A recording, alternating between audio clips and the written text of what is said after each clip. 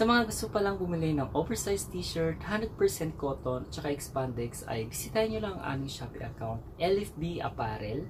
Marami kayong iba't ibang designs na pwedeng pagpilian, perfect na pangregalo ngayong Pasko at saka New Year.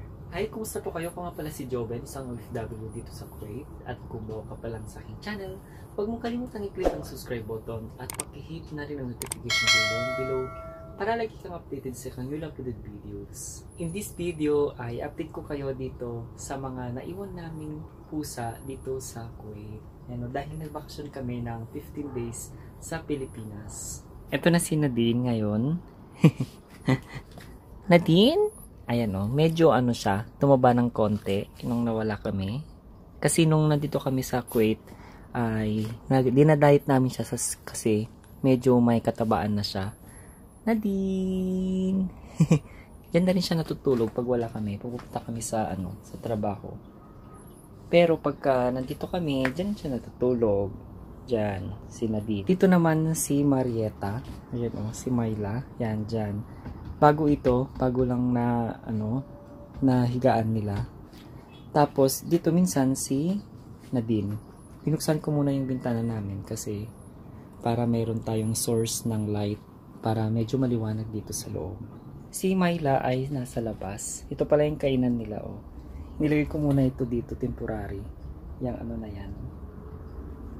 Frame. Yan. Ito yung kainan nila. Tubigan nandiyan na rin.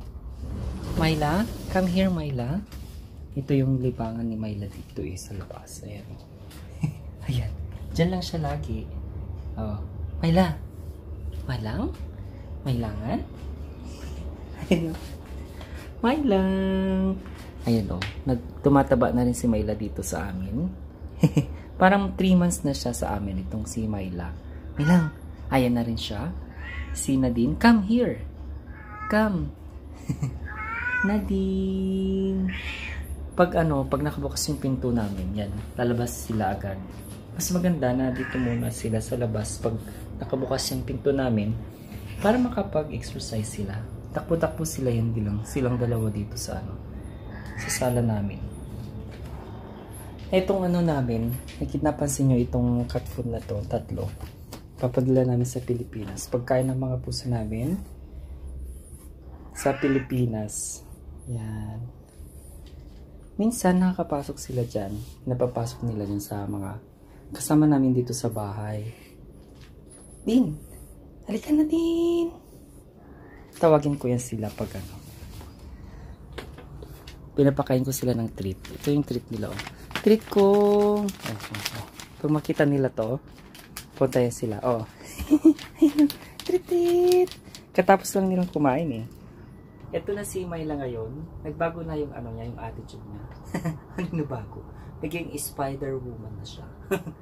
Lagi siyang umakyat sa may namin, dyan sa taas ng cabinet.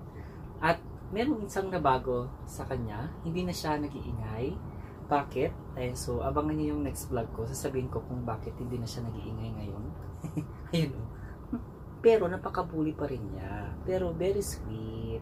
Ang sweet ang Myla namin. Ayan sweet na diba? Aliko. Mga gatin. Parang si Samantha. Ayan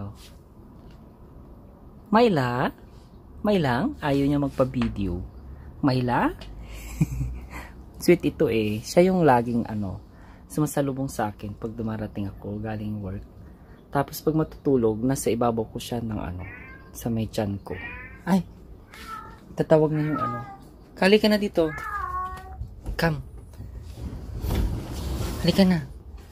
Shh. Ayun na siya Ayaw pa niyang pumasok. Kasi sarado pala yung dito sa kabilang pinto. Ayan Gusto niyang pumasok. Come, Nadine.